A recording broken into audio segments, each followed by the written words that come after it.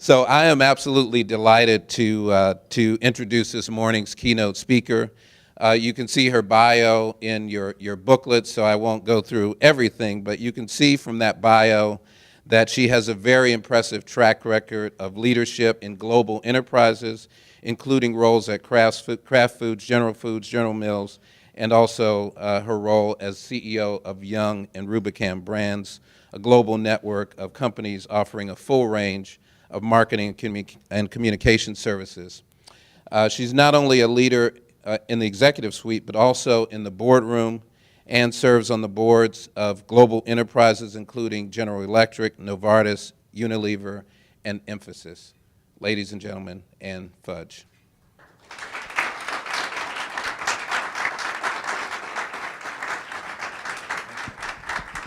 Okay, so since it's such a cozy group today, I'm just going to sort of walk around and chat a little bit with you, not sort of, this is Martha's Vineyard, okay? So we don't need ultra formality here. But first of all, let me thank all of you for coming, because I don't know on a nice day like this where I could be at the beach if I would show up all dressed up and everything. So thank you for joining me. It's very interesting, and I'm going to try to put some context around. And the other speaker that you're going to hear today, Nat, was flipping through his slides, and interestingly enough, I saw one slide that really is going to capture what I'd like to use as sort of the overarching idea for you today. And so I hope Nat's okay with that, because we hadn't even talked about it, and then I saw a slide. We talked about other things a lot, but so let me just give you some quick context to my own personal education on the importance of understanding the global world we're living in today. Most of my career was spent in companies based in the US, obviously having some international business, but it was very much from a US lens. And when I became chairman and CEO of Young and Rubicam Brands in 2003, it was really the first time that I now had responsibility for truly global enterprises. Most of my brands had been US, although we linked with our global counterparts, particularly in the coffee business. But now I was with a company that operated in 80 countries around the world. And it was a whole different mindset. Many of our major clients were global and operated outside of the US. So, I could go through the list. But the experience of sitting in with the chairman of Telefonica in Madrid who wanted to talk to me all the time. I remember flying over to Madrid and flying back in 24 hours. I know people have those experiences, maybe not, but I really lived it. And for those 4 years at Young and Rubicam Brands, whether going to Israel and meeting with Shimon Peres on some things our PR people worked with, or when China was dealing with SARS and Burson Marsteller helped them figure out a communication strategy for how to understand and work with that. All of those experiences, particularly for an African American woman, and going there and realizing that the world was changing because these people were looking to me for my strategic ideas and input, totally flipped the switch for me. Totally flipped the switch.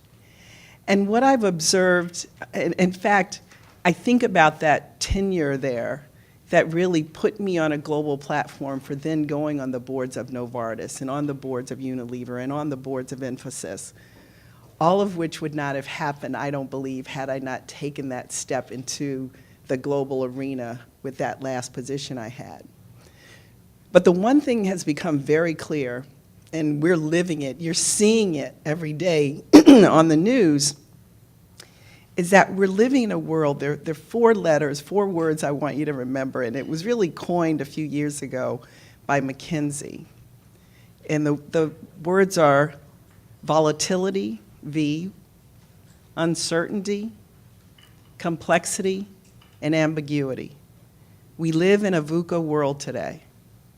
And if you can remember that and use that as a base for a lot of the way you think about things, volatile, uncertain, complex, and ambiguous. We deal with that in our own lives, not just as business leaders, particularly as business leaders, you have to understand that. So So let me talk about what does that mean for you.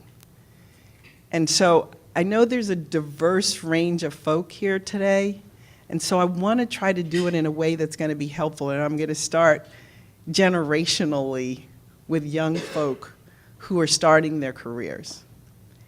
You need to already be thinking about having a global experience where you're going to live outside of the United States. If you don't put that on your tick list, don't expect to advance in corporate America. Not going to happen. Your competition, the next point I want to make today is that your competition is not American competition. Your competition is global. When we look at succession plans, I don't care in any company that I'm engaged with, our succession plan sheets look very different than they used to look 5 years ago, where most of the folks were Americans. We're looking at the numbers of people, and I don't care whether it's GE or Unilever or anybody. Our succession plans now are a global succession plan. So women, when we were thinking that maybe as African American women, we had a bit of an advantage, you're now dealing with women from China, women from Indonesia, you're dealing with European women. That is the mix of people, when people are looking at advancement planning, that you're looking at. So for the younger folk as well as the senior folk, having an international experience and figuring out I'm going to do that.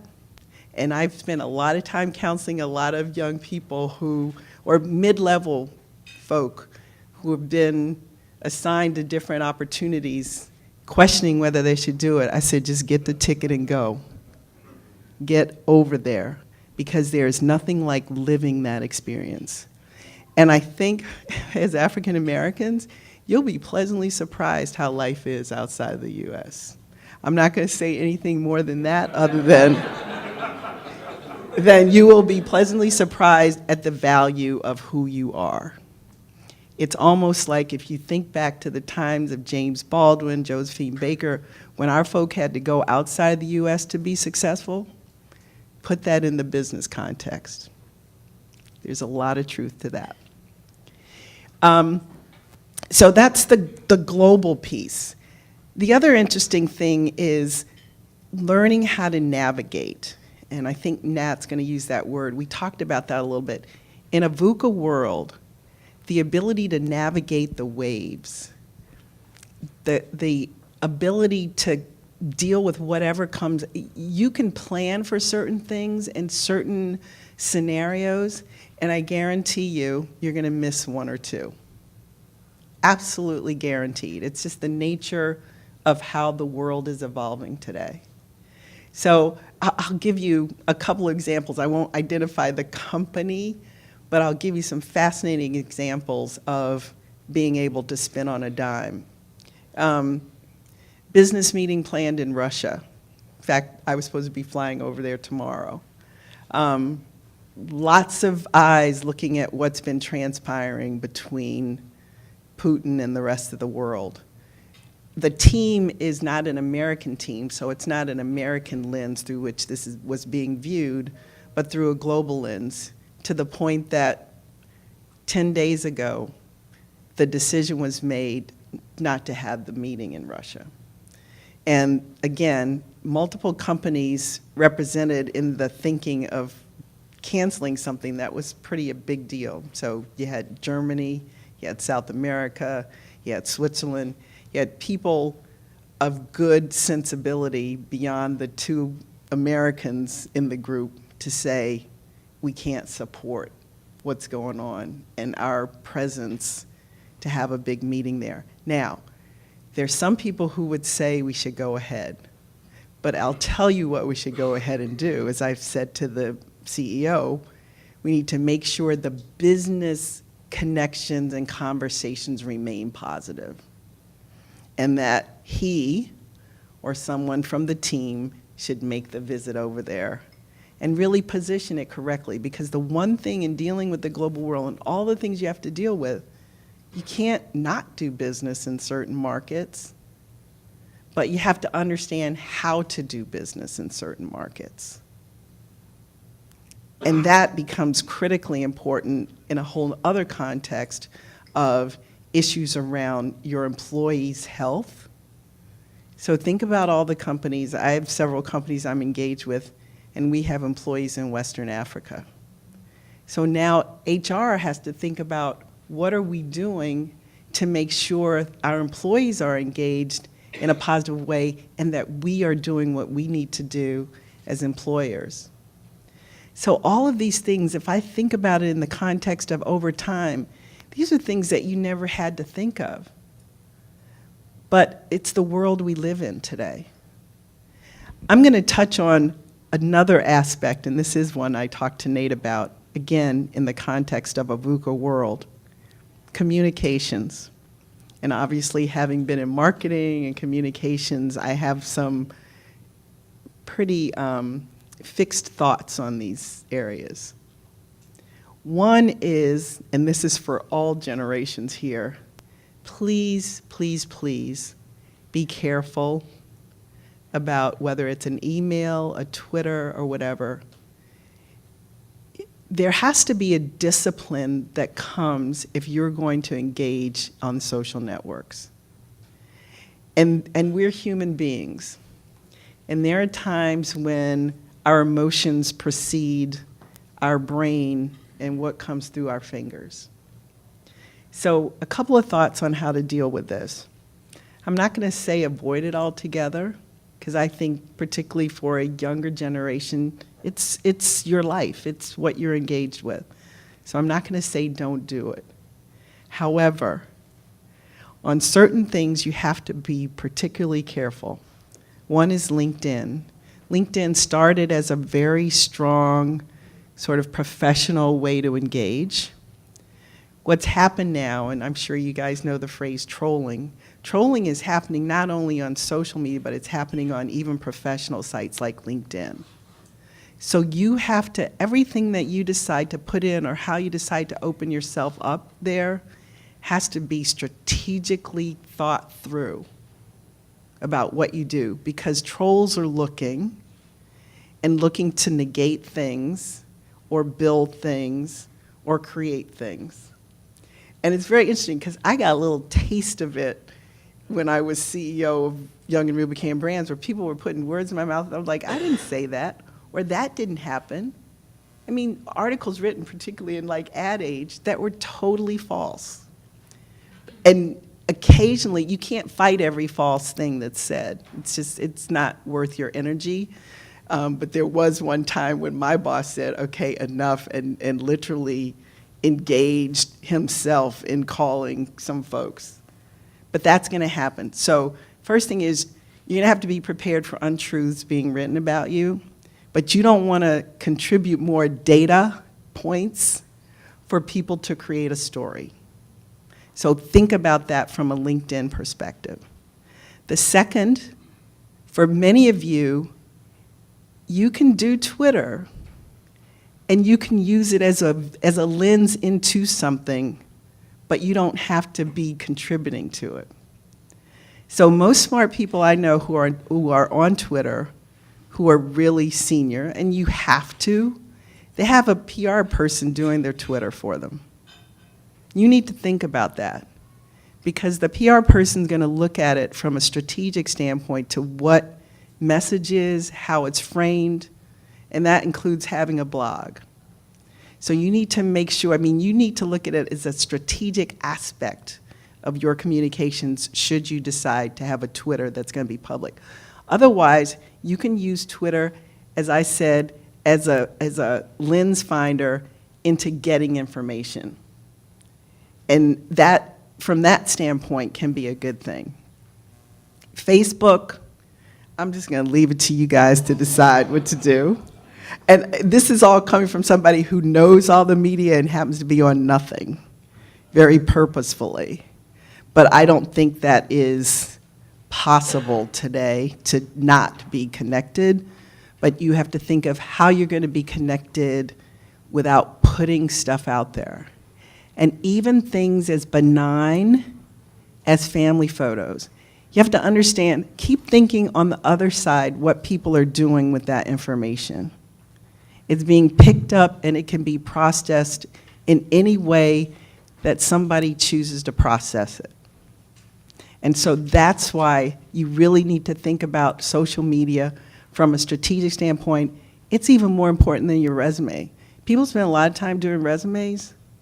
I have to tell you, even for board searches, nobody looks at a resume. People go right away, and search firms do this, and they're picking up anything they find out about you anywhere. So while all these people still spend a lot of time thinking about, oh, I got to get my resume right, I get my resume board ready, don't spend time or money on it, because it's one little sheet of paper among thousands of data points that people are going to make a decision about you. And that's what's going on in the global world. Now, I have to laugh about this. Being India, how many of you are doing business in India at all? Anybody spending time? So, having been on a board in India has been an amazing experience on many levels. But two things you need to remember. India is probably, how should I say, because of the numbers of people, the ability to create news is higher than in any country, and I use that word create in a nice way. And so I would suggest that in certain countries that you really think about what's written, and people find out, and maybe because it's a technology company, they know how to get in touch with you. It's just, it's absolutely mind-blowing. So I want you to think about, again, across all age spectrums, strategic communications, what it means for you, how much do you want to be out there? And that has to be a real judgment call on your part, because we all make decisions across the spectrum of how much value it is, and what is the value to your job, what is the value to where you want to go professionally, of being out there to whatever degree it is. For some people like me who try to have, at this point, keep a very low profile, zero value for being out there in any social media space. Even now in a world where you're videotaped when you give a talk, you know, right now, honestly, I tend to, when I speak with groups, do it in a very small level, a very small group, where we can have very honest discussion. The kinds of discussions I used to have at a speech 3 years ago, don't do it anymore. Because your comment will be tweeted, or somebody will take your photo, right? It's just, it's a different world. And the one thing I can't stress enough is having the ability to understand the downsides, because we tend to think of the upsides. We tend to think there can be nothing but positive from being public or being in the press or getting a recognition. It's not true anymore.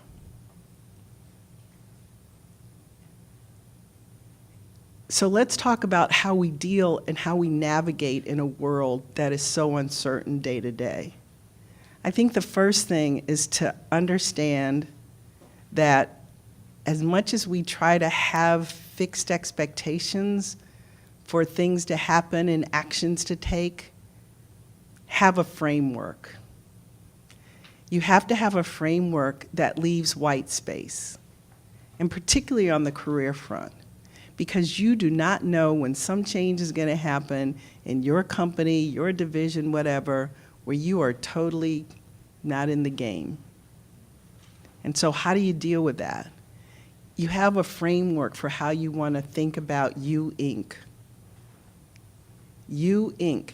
in a way that when I started my career, I never had to worry about for a long time, because you go into a company, you have a path.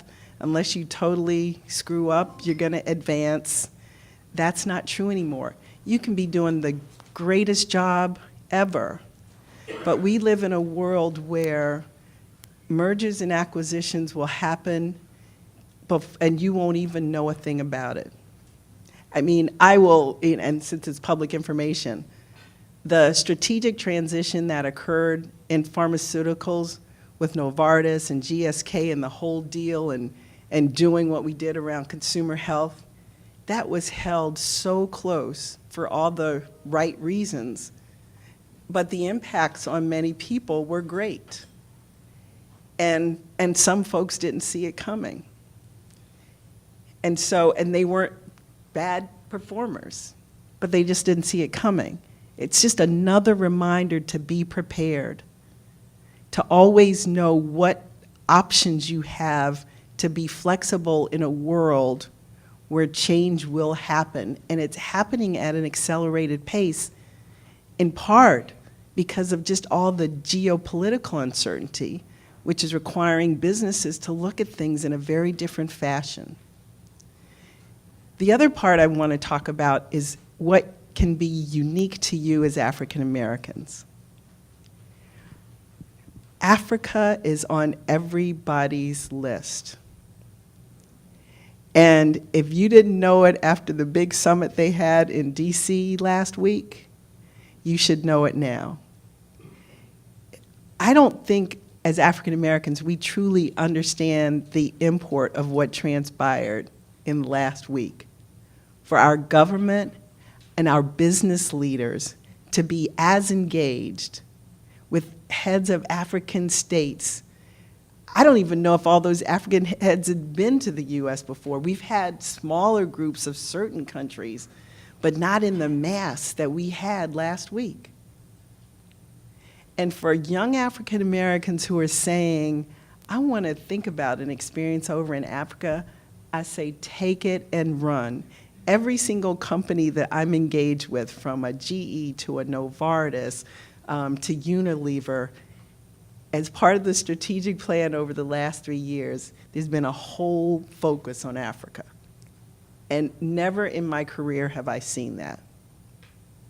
And we're not just talking about South Africa, where everybody knows about South Africa, right? I'm not even going to go through all the list of countries, but we have to think about it. Which means if we can't think about it directly, we need to start making connections with people in Africa, hugely. And it's something that I've said to ELC.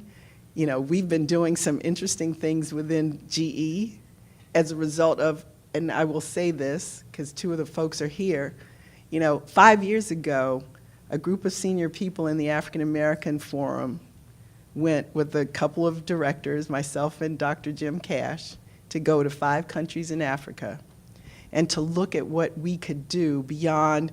We obviously did, sort of the basic contributing medical devices, some of the core things, but we never dug in.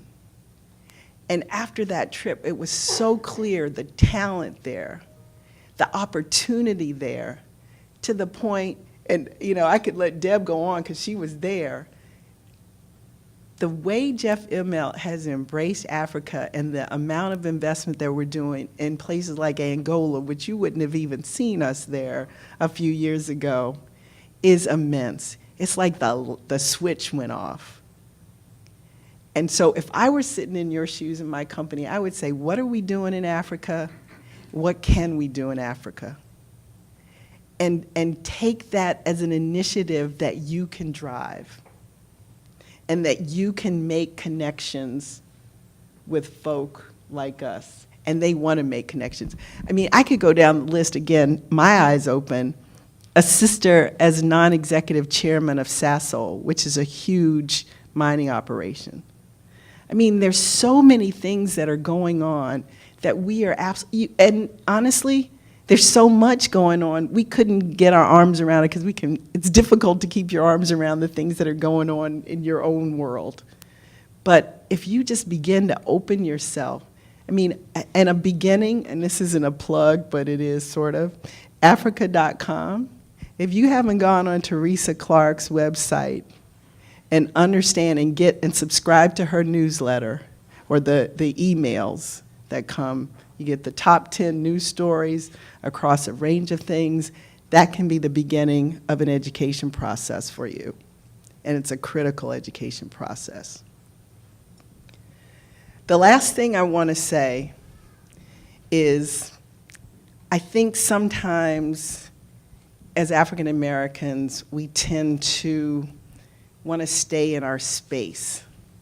We want to stay in our space of comfort, whether it is living and working in the same area. We want to stay in our space of comfort in terms of our business unit.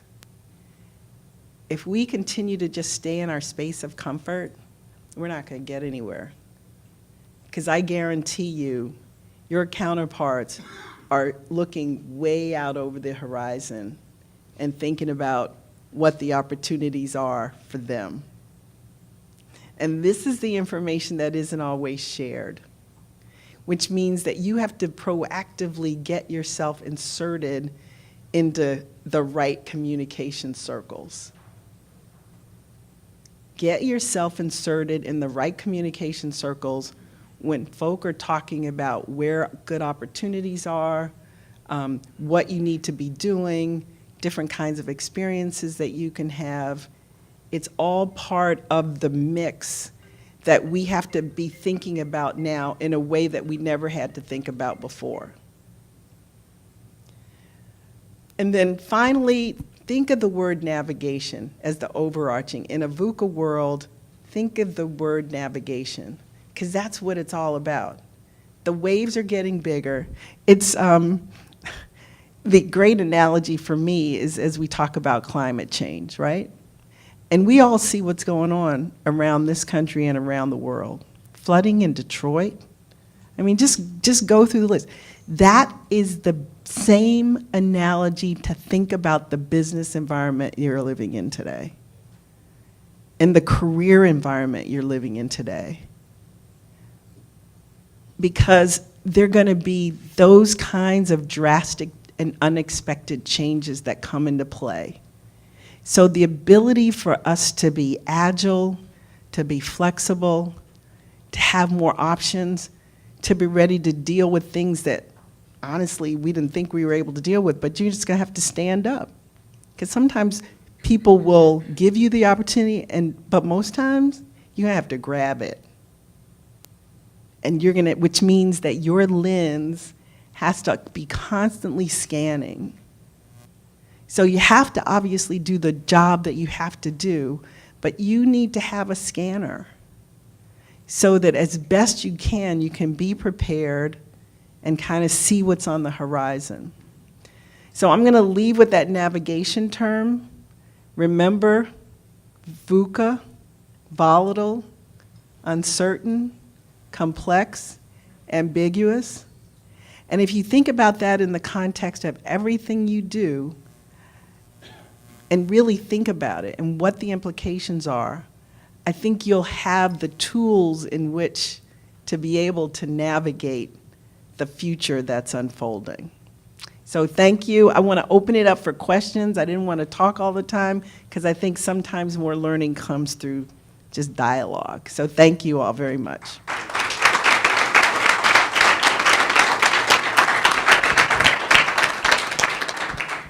So questions? No questions? Too early for questions? Yes. Hi, Kimberly Hawk, PepsiCo. As someone that's in marketing, you started your career in brand management. What were the experiences that you took outside of the traditional brand manager role do you think prepared you for where you are today? Or did you stay within the brand management? Well, so most of my career, the early years, definitely very brand management focused. But again, I say to young people, it was a different world, right? It was pretty fixed, right? You were the one creating the ad messages. That doesn't happen anymore, right? Ad messages are created by the public because you put your little message out, but there used to be, from where we created it to co-creation to now, honestly, if marketers are honest with themselves, all we can do is help put little points out there and hope the consumer picks it up and gives a message that we want to give. That's really the nature of brand management today. And anybody who's in brand management who doesn't understand that clearly is doomed for failure. So you just have to sort of have the crayons that you're going to give people to draw the picture about your brand. And thank you so very much. I know being where you are on this light stage, when we ask you to come out and do what you're doing, it is, it's gonna cost us, so we're looking. Just a donation to the, And For a scholarship. you got it. We got you. There seems to be this intersection between philanthropy and the private sector to transform systems. Where do we as Black executives should be playing in that space, given the communities that we interact with? Talk a little bit more on the transform systems. For example, the educational system Yeah. is broken, at least the public education system is broken. And you see a lot of foundations, a lot of organizations, just like Boulay, like the EOC, trying to pitch in private sector to transform that. Given it affects a lot of our communities, what role should we as executives be playing in that space? So I definitely have an opinion on this, given some of my work on so I serve on the advisory board of the Gates Foundation and U.S. programs, which is focused on education. And obviously, lots of work being done in the whole education arena. And I'm gonna share with you my personal observations and thoughts, in the sense that I think we have tried for a long time to figure out through Common Core and others how we attack the issue in a very broad sense. I'm really coming to the belief that it's got to be local. And so if I'm going to be philanthropic, I need to be philanthropic locally. And I need to be philanthropic where it makes sense and where I can get some measures. And so, for example, Common Core, which strategically and just from a common sense standpoint, basic things that you would say we could all agree with, basic math skills, basic English skills, basic writing skills, have it across the US. And I've even written about that, and I still support it wholeheartedly. But what is happening is that each state, it's sort of like, and I hate to put the comparison on Obamacare, everybody has to adjust it for their state.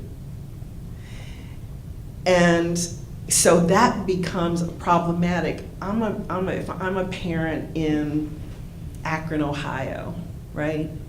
My state may or may not support it, but I need to deal with what I need to do to get my kid educated. I've got this window of time to educate my kid. We gotta do what we can do locally. And I say that to us individually because I think again, back to the nature of the world we're in today, there are too many vagaries that can happen in trying to create something on a national scale or even a state scale. In a VUCA world, that model just doesn't work. There are just too many things that are vulnerable to change. So efforts, and charter schools aren't the answer, so I want to be really clear and make that statement. Every kid can't go to a charter school. And that's, to me, sets up a whole nother, we should do them, but we shouldn't think that's the sole answer, because it just ends up at a whole nother segregation thing. I love them and I think they do a good job, but we've got to do a little bit of everything. It's sort of, we don't want to use the word experimentation because we can't experiment on our kids. Like I said, we got 12 years and the years are going by. And how long have we been talking about this education thing? And it's not going to be, now this is fascinating because I got into a discussion. My sons are so committed to public education, they won't even, our grandchildren have all been public school educated. Because our sons are just, and we lived in Minnesota, so we could do public school. And then when they got to the 9th grade, so we split it up. And I'm somebody who went to private school the whole time. My husband went to public school the whole time. We split it down the middle with our boys. Our boys are so committed to public education. And as long as they can, and they manage the system and getting the right teachers. I mean, it has to be an active engagement if you're gonna let your kid go to public school. But what is happening the trend of folk moving back into the city, the impact that that's having on schools, one, because these white families, the regular folk who are moving in the city, can't afford to send their kid to private school. So what are they doing? They are changing the schools, and we're seeing it in Brooklyn. Am I right? Have anybody in New York seen that? It is happening. So it's building credence to my feeling that until we make a commitment locally to the schools, to the public schools, it's not going to happen. I'll give you another story. Did anybody read the New Yorker article about, remember the big contribution that the head of Facebook gave to Newark Public Schools? That's all I'm going to say. It makes you want to cry because it got hung up in politics. So back to, and what was it, 100 million? I mean, it was $100 million. 100. Do you know what you could do to some public schools with $100 million that hasn't been done? So that's why that local commitment has to happen. And it has to be, here's the other piece, it has to be engagement with the parents and the teachers. I am sorry, we cannot come in and Zoom like Superman, dump the money down, we've done this. Part of it has to be an engagement with the parents and the teachers. Because honestly, again, I do believe in teacher accountability, but I think some teachers are getting beat up unfairly. So, I mean, that's part of, I think, a dynamic that we just have to be careful of, because, are there problems with teachers? Yes. Are there problems with priests? Yes. I mean, no group is perfect. And so we have to find out how to positively support the ones who are trying to do the right thing and be those teachers that we want in our schools. So it's all local. And if I would think about how I would give, not just to the school district, but think about parent groups, because there's some very active parent groups now that are really the catalyst of change. And so you got to figure out where you're going to put that money to be catalytic, and start with, it's like a test market. Where do you think it's going to work? Where do you think it's going to have some challenges? In a very systematic way. And if I were giving money in the education arena, that's how I would think about it. Thank you. I just want to shift gears. I'm Tracy Ford Weaver. I'm at the Cleveland Clinic and former colleague. I wanted to talk a little bit more about your idea of this framework and how to leverage the white space. Can you talk about how you were able to do that for yourself, leveraging board affiliations, leveraging those relationships outside of your current space? People kind of know you in one space and one lens. How did you leverage that for yourself? I think that's a great, so, and that's why I can give you the lesson, because I didn't do it so well. I didn't leave enough white space. One of the things that I did do, which was great advice, is once I stopped working, and I knew for a few months, well, probably a little bit longer, even when I took the job, to be honest, now that it's years past. Many of you know I stopped working at Kraft in 2001, and part of that was my own agenda to retire before 50, which I did. And I ended up playing for a few years, thinking I would go back in some senior role, but once I had, in fact, I already had a job lined up to start in July, the whole thing. I was so organized, and then I realized after about 2 or 3 weeks out, I was like, I do not want to go back to work in July. It's just, I'm doing it because it's, everybody expects it. There's like an expectation. And so I remember calling the search firm and saying, I can't do it, I just need some time, I need some space.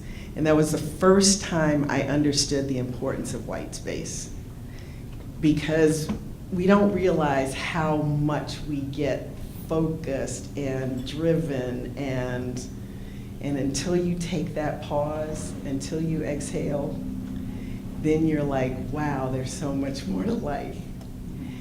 And then The irony of it all was the day that I was going back to meet with the search firm, because I said, I'm not talking to anybody until the fall. It was 9/11. I was at the Henry Hudson Bridge, the phone rings in the car, and they say, Mrs. Fudge, we have to go back to Connecticut, as this is all unfolding. So when 9/11 happens, I think all of us took a pause. And for me, that went from like, okay, I'll think about going back to work, to like, no way. Like, I'm gonna really spend time with my family now. 3 months wasn't enough. And so it went on to a couple of years, and it was great. And that was the first time I truly understood what it meant to hit the pause button.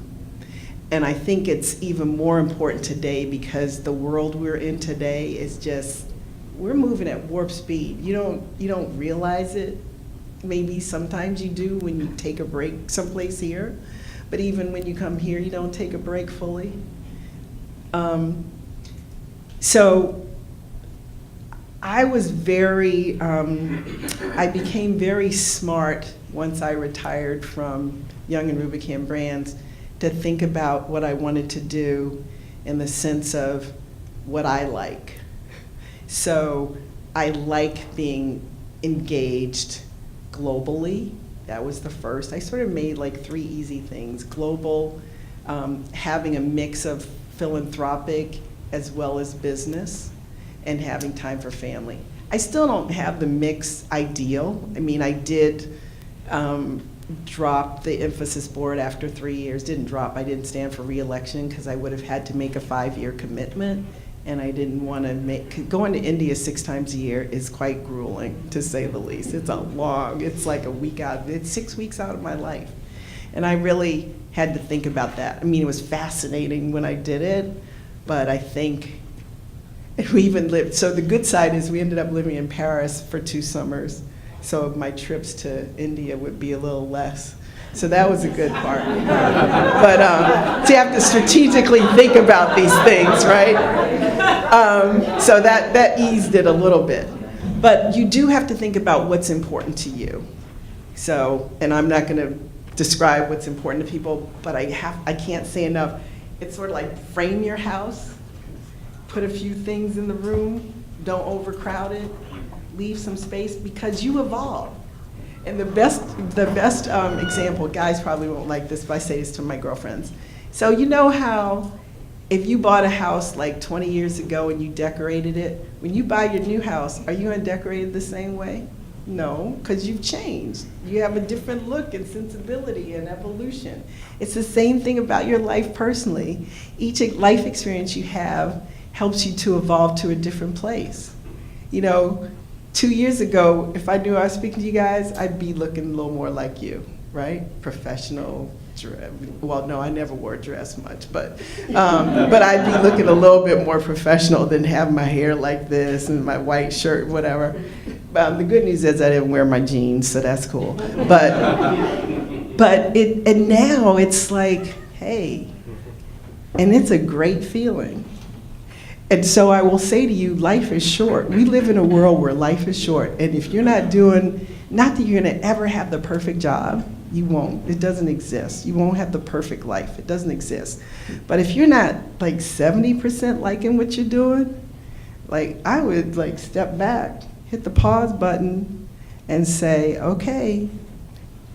And not to say we're all gonna be blown up tomorrow, but we are on an interesting trajectory in our world history.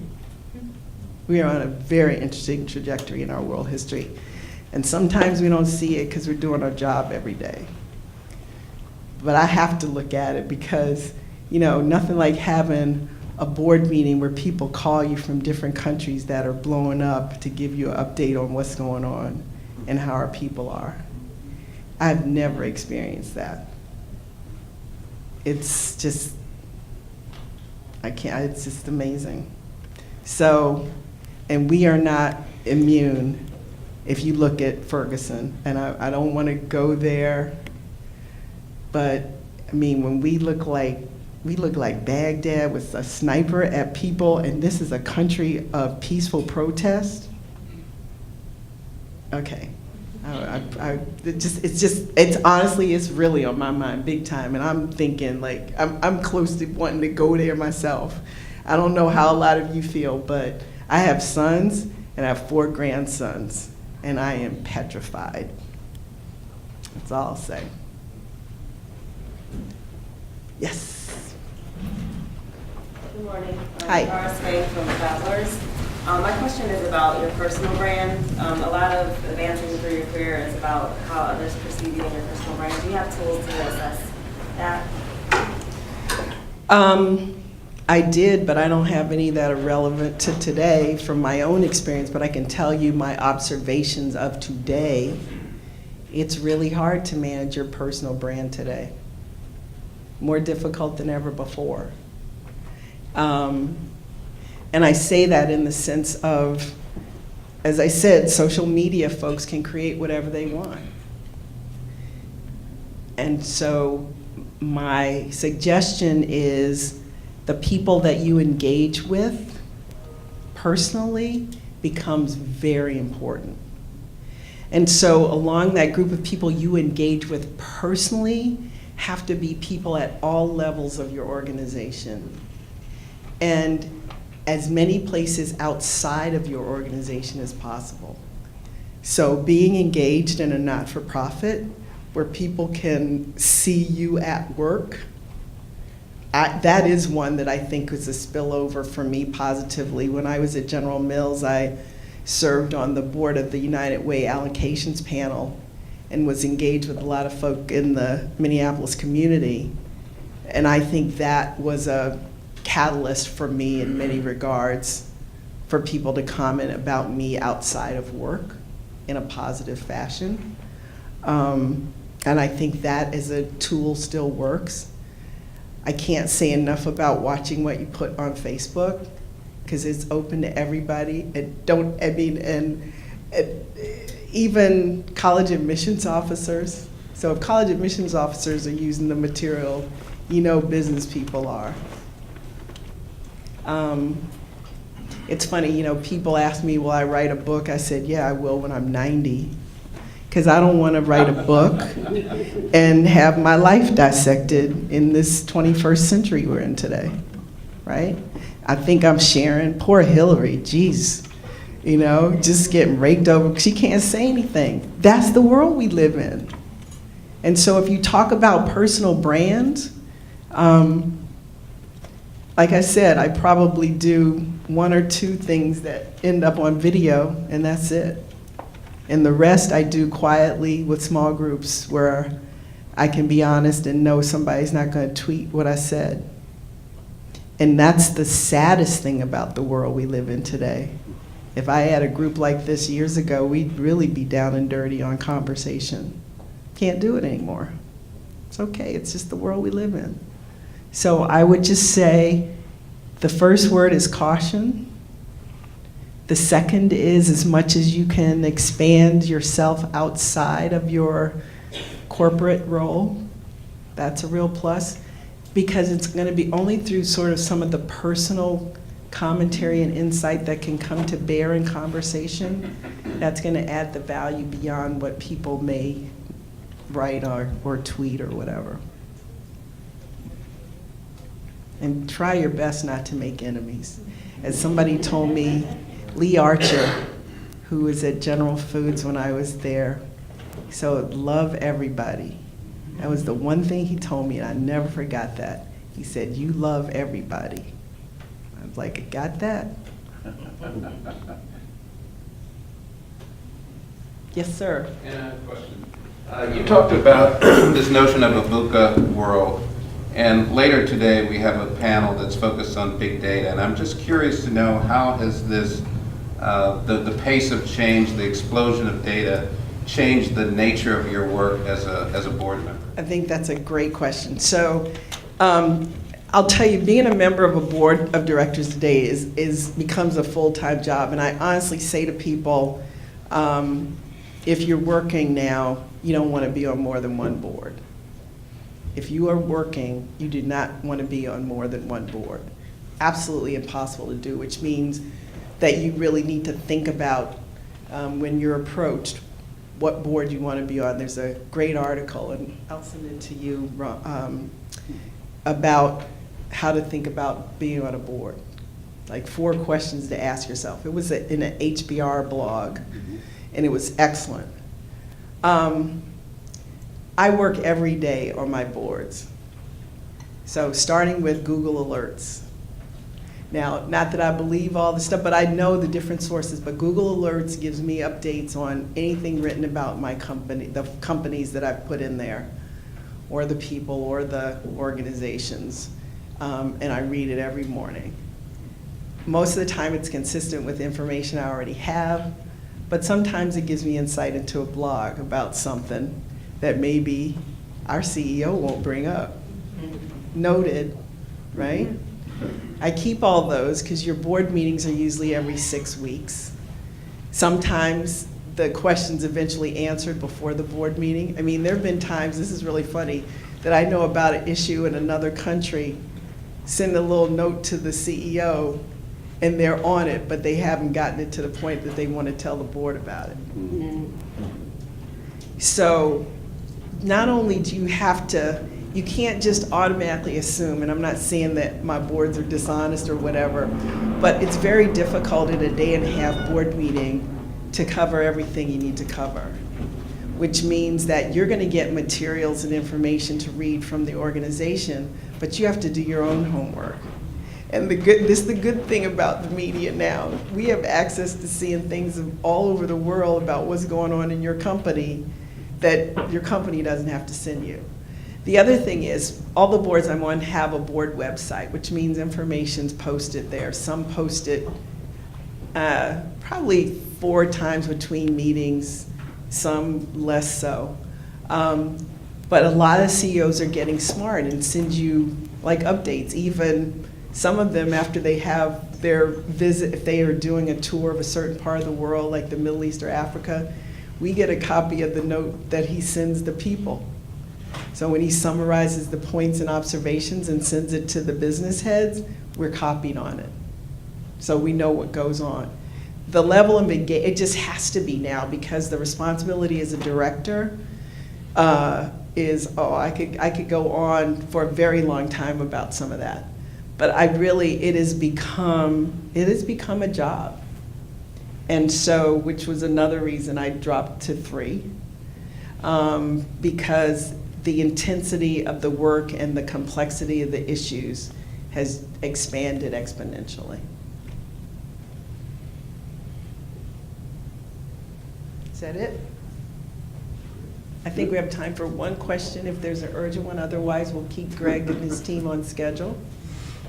Yes? Wendy John with Fidelity Investments. At the risk of alienating the men in the room, I'm just curious, having traveled and done business in India as a woman and as an African-American woman, can you speak a little bit about, either the reception or the things that might have surprised you as you went into all of these different cultures where, gender and race relations? I'll tell you what surprised me most was the ease of it. It's unbelievable. Surprisingly easy. Even with the Japanese, where my boss thought when I was running Young and Rubicam Brands, he was like, there's some tough characters, blah, blah, blah, blah, blah. It just blew him away with the way they respect titles. And so once you go to they respect the titles. And then even in India, the kind of receptivity, it was almost over the top, but they listened. And you know when people listen by the follow-up activities. So it's been, surprisingly, now I'm going to Saudi Arabia. That's going to be a whole other interesting thing. I don't know. I'm not going there for a couple weeks, so I don't know. We'll see. Yeah. Thank you all. Take care.